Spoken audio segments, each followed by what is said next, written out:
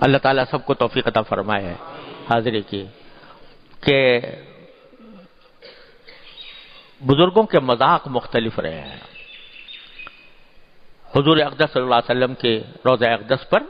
سلام عرض کرنے کے سلسلے میں بزرگوں کے مذاق مختلف رہے ہیں۔ بعض لوگ تھوڑی دیر کھڑے ہوتے ہیں اور بعض لوگ زیادہ دیر عرض معروض کرتے رہتے ہیں۔ جہاں تک صحابہ کرام کا تعلق ہے، صحابہ کرام اور تابعین اور تبع تابعین کے دور میں جو ہمیں نظر آتا ہے وہ یہ کہ وہ حضرات زیادہ دیر کھڑے نہیں ہوتے تھے معاہدہ شریف میں، بس تھوڑی دیر کھڑے ہوئے۔ حضرت عبداللہ بن عمر رضی اللہ تعالیٰ عنہ جو عاشق ہیں نبی کریم صلی اللہ علیہ وسلم کے، تو وہ سامنے حاضر ہوتے، بس اتنا کہتے السلام علیکہ یا رسول، السلام علیکہ یا سیدی یا رسول اللہ، یا الصلاۃ والسلام علیکہ یا سیدی یا رسول اللہ، بس اتنا کہا اور پھر ہٹ جاتے تھے، اس سے زیادہ نہیں۔ امام مالک رحمۃ اللہ علیہ جو مدینہ منورہ کے عاشق تھے اور مدینہ منورہ کو مکہ مکرمہ سے بھی افضل قرار دیتے تھے، ان کا بھی یہی عمل منقول ہے کہ وہ جا کر بس اتنا کہتے الصلاۃ والسلام علیکہ یا رسول اللہ یا سیدی یا رسول اللہ،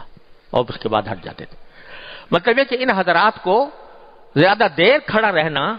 سرکار دو عالم صلی اللہ علیہ وسلم کے معاہدے میں یہ اس کی جرت نہیں ہوتی تھی، ادب کا تقاضا ملحوظ ہوتا تھا کہ کہیں زیادہ دیر کھڑا ہونا یا ناگوار نہ ہو جائے، تو اس واسطے وہاں پر بس تھوڑی دیر کھڑے ہوئے، سلام عرض کیا، اس کے بعد گوشے میں جا کر پھر دعائیں کی، عرض معروض جو کچھ اللہ تعالیٰ سے کرنا تھا وہ کر لیا۔ اور بعض حضرات نے صلاۃ و سلام کے لمبے لمبے سیغے بھی بنائے ہیں اور بنا کر وہ سارے پڑھتے ہیں، تو وہ بھی بہرحال بہت سے بزرگوں کا طریقہ ہے، لیکن سلف صالحین کے زمانے میں صرف اتنا ہوتا تھا، تھوڑی دیر کھڑے ہوئے اور چلے گئے۔ وہ جگہ ایسی ہے کہ لوگ تو کہتے ہیں کہ وہاں پر جمال ہے، جمال تو ہے ہی ہے، لیکن ساتھ ساتھ یہ مجھے ڈر لگا رہتا ہے کہ قرآن کریم نے فرمایا کہ ان الذین ینادونک من وراء الحجرات اکثرهم لا یعقلون، جو حجرات کے پیچھے سے آپ کو آواز دیتے ہیں وہ ان کے پاس عقل نہیں ہے، یعنی ادب کے خلاف ہے۔ لہذا جاتے ہوئے ڈر بھی لگتا ہے کہ کوئی ادب کے خلاف کام نہ ہو جائے۔ ادب گاہے زیر آسماں از عرش نازک تر، جنید و نفس گم کشتمی آیت جنید و بایزیدی جا، یہ ایسی ادب گاہ ہے آسمان کے نیچے جو عرش سے بھی زیادہ نازک ہے، اور جنید و بایزید جیسے اولیاء کرام بھی یہاں پر اپنے ہوش و حواس برقرار نہیں رکھ سکتے ادب کی خاطر، لہذا تھوڑی دیر کھڑے ہوتے، زیادہ دیر نہیں۔ اور مجھے اپنے والد ماجد رحمۃ اللہ علیہ کا واقعہ یاد آ گیا۔ سب باتیں یہ یاد رکھنے کی ہیں، اللہ تعالیٰ ان کی برکات سے ہمیں مستفید فرمائے۔ میرے والد ماجد قدس اللہ تعالیٰ سرہ، اللہ تعالیٰ ان کے درجات بلند فرمائے، ایک مرتبہ فرمانے لگے کہ میں جب روضہ اقدس پر حاضر ہوتا ہوں تو لوگ تو بالکل معاہدہ شریف کی جو جالیاں ہیں، جالیوں کے قریب تک پہنچ جاتے ہیں اور جا کر وہاں سلام عرض کرتے ہیں، مجھے آگے بڑھنے کی ہمت نہیں ہوتی۔ تو ہمیشہ میں نے دیکھا والد ماجد کو کہ وہ روضہ شریف کے سامنے جو ایک ستون ہے اس ستون کے ساتھ کھڑے ہوتے تھے، آگے اور لوگ ہوتے تھے پیچھے کھڑے ہوتے تھے۔ تو فرمانے لگے کہ ایک دن کہ مجھے اپنے دل میں خیال آیا کہ دیکھو یہ لوگ کتنے خوش نصیب ہیں کہ ان کو بالکل حضور اقدس صلی اللہ علیہ وسلم کی جالیوں کے پاس تک جانے کی جرت ہو جاتی ہے اور وہاں جا کر سلام عرض کرتے ہیں، میرے قدم آگے نہیں بڑھتے، میرے قدم آگے نہیں بڑھتے، جالیوں کی طرف آگے نہیں بڑھتے۔ تو میں سوچتا تھا کہ یہ ایک میری شاید سنگ دلی کی علامت ہے، قساوت قلب ہے کہ میں آگے بڑھنے کی ہمت نہیں پاتا۔ یہ خیال آ رہا تھا سلام عرض کرتے ہوئے، تو ہم سے فرمایا کہ اسی وقت ایسا محسوس ہوا کہ جیسے کوئی آواز، کوئی کہنے والا کہہ رہا ہے، آواز آئی، کہنے والا کہہ رہا ہے کہ جو شخص ہماری سنتوں پر عمل کرتا ہے وہ ہمارے قریب ہے، چاہے جسمانی طور پر دور ہو، اور جو ہماری سنتوں پر عمل نہیں کرتا وہ ہم سے دور ہے، چاہے وہ ہماری جالیوں سے چمٹا ہوا ہو۔ یہ جملہ حضرت والد صاحب نے فرمایا کہ میں نے ایسی آواز محسوس کی کہ یہ کہا جا رہا ہے، نہیں بلکہ اس میں یہ تھا کہ کہہ دو، یعنی لوگوں سے کہہ دو کہ جو ہماری سنتوں پر عمل کرتا ہے وہ ہمارے قریب ہے، چاہے دور ہو، اور جو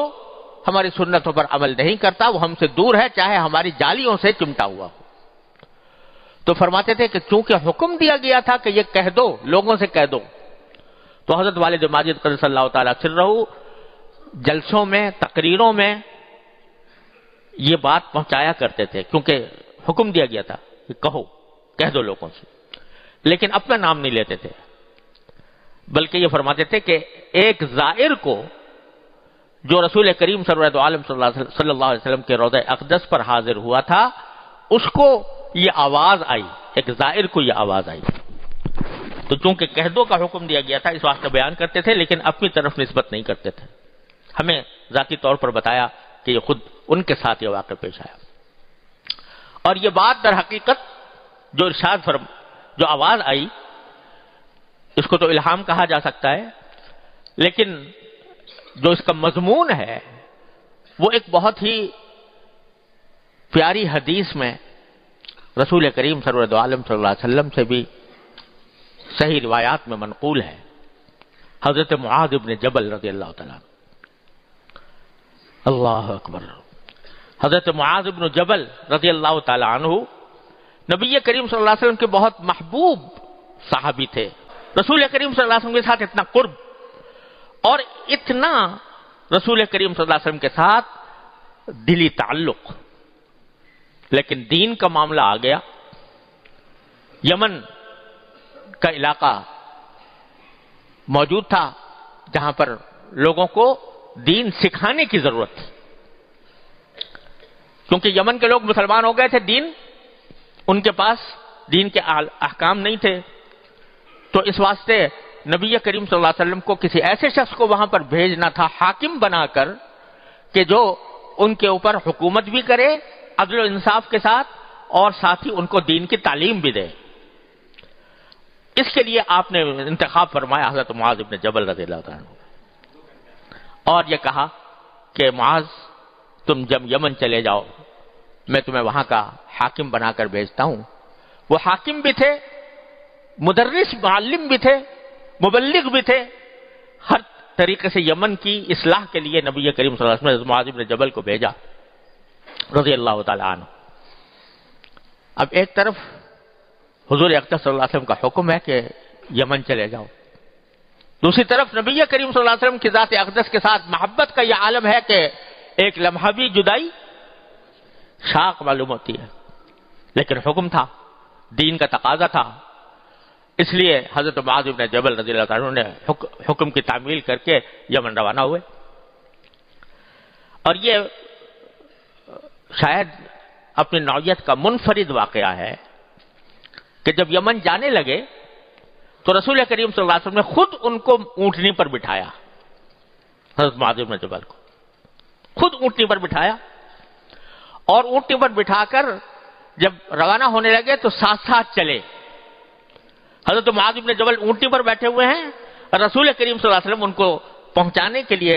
تشییع کے لیے ساتھ ساتھ چل رہے ہیں، یہاں تک کہ مدینہ منورہ کی بستی ختم ہو گئی اور ویرانے میں آ گئے۔ جب ویرانے میں آ گئے اور اب آپ نے واپس مدینہ منورہ جانے کا ارادہ کیا، تو اس وقت آپ نے فرمایا، اے معاذ شاید آج کے بعد تم مجھے نہ دیکھ سکو، شاید آج کے بعد تم میری قبر کے اوپر آؤ۔ یہ دو جملے منقول ہیں کہ رسول کریم صلی اللہ علیہ وسلم نے حضرت معاذ بن جبل سے فرمایا۔ رسول کریم صلی اللہ علیہ وسلم کو معلوم تھا بغیر وحی کہ بس اب اس کے بعد ان سے ملاقات نہیں ہونی ہے، بعد میں میری وفات ہو جائے گی۔ معاذ بن جبل نہ جانے کب سے ضبط کیے ہوئے ہوں گے اپنے آنسوؤں کو، جب رسول کریم صلی اللہ علیہ وسلم نے فرمایا کہ اے معاذ، شاید آج کے بعد تم مجھے نہ دیکھ سکو، میرے ساتھ ملاقات نہ کر سکو اور میرے قبر پر آؤ، تو بے اختیار حضرت معاذ بن جبل رضی اللہ عنہ پھوٹ پھوٹ کر رونے لگے۔ نبی کریم صلی اللہ علیہ وسلم نے ان کو روتے ہوئے دیکھا تو فرمایا کہ معاذ رو نہیں، معاذ رو نہیں، اور پھر فرمایا کہ ان اول الناس بی المتقون حیث کانوا ومن کانوا، او کما قال صلی اللہ علیہ وسلم۔ رو نہیں اس لیے کہ مجھ سے قریب ترین شخص وہ ہے جو جتنا زیادہ متقی ہے، جتنا زیادہ تقوی کے پاس ہے، اتنا ہی مجھ سے وہ قریب ہے۔ وہ کہیں بھی جہاں بھی ہو اور کوئی بھی ہو، اگر وہ متقی ہے، تقوی پر عمل کر رہا ہے، میری تعلیمات پر عمل کر رہا ہے، میری سنت پر عمل کر رہا ہے، تو چاہے جسمانی طور پر وہ ہزاروں میل دور ہو لیکن وہ مجھ سے قریب ہے۔ یہ جملہ رسول کریم صلی اللہ علیہ وسلم نے حضرت معاذ ابن جبل رضی اللہ تعالیٰ عنہ سے فرمایا۔ تو یہ وہی بات ہے تقریباً جو میں نے اپنے والد ماجد رحمۃ اللہ علیہ کے حوالے سے ذکر کی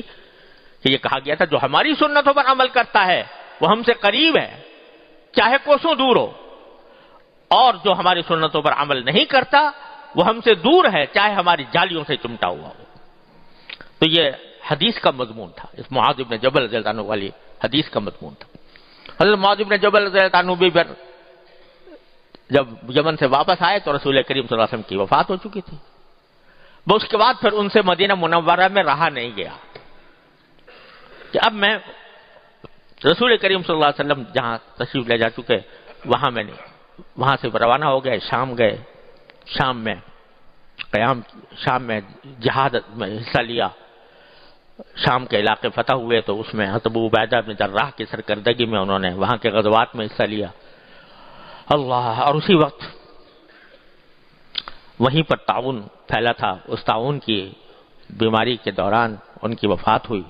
اور پر وہیں پر ان کا مزار بھی ہے، اردن میں مزار ہے، مجھے بھی اللہ تعالیٰ نے حاضری کی توفیق دی ہے وہاں پر۔ تو غرض حضرت معاذ ابن جبل رضی اللہ عنہ سے جو بات فرمائی گئی تھی وہ ہم ان لوگوں کے لیے ایک بہت بڑی بشارت ہے کہ اگر بالفرض کسی کو اپنے ذاتی حالات کی وجہ سے خود حاضری کا موقع نہ ملے، اس کے پاس وسائل نہیں ہیں جانے کے، تو وہ جملہ یاد کر لے جو حضرت والد ماجد رحمۃ اللہ علیہ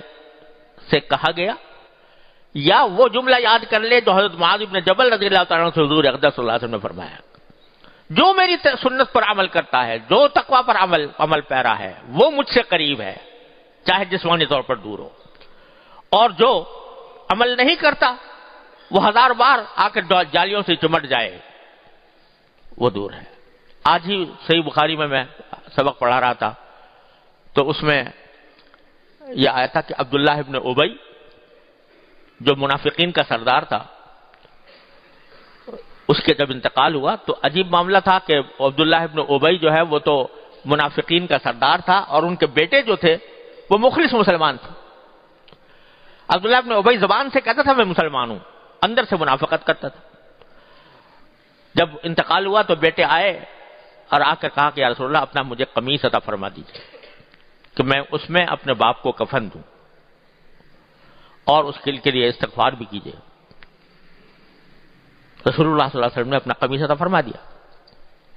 ٹھیک ہے پہنا دو اس کو، اور نماز جنازہ بھی پڑھائی۔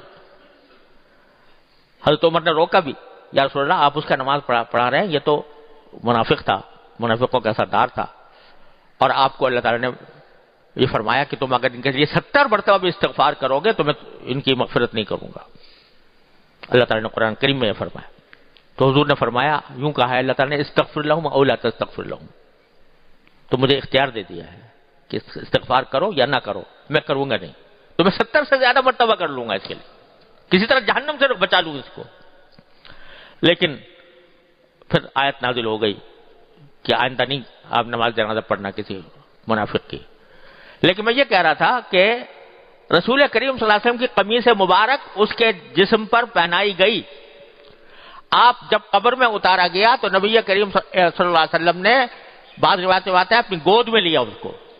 اور بعض روایتوں میں آتا ہے کہ اپنا لعاب دہن، لعاب مبارک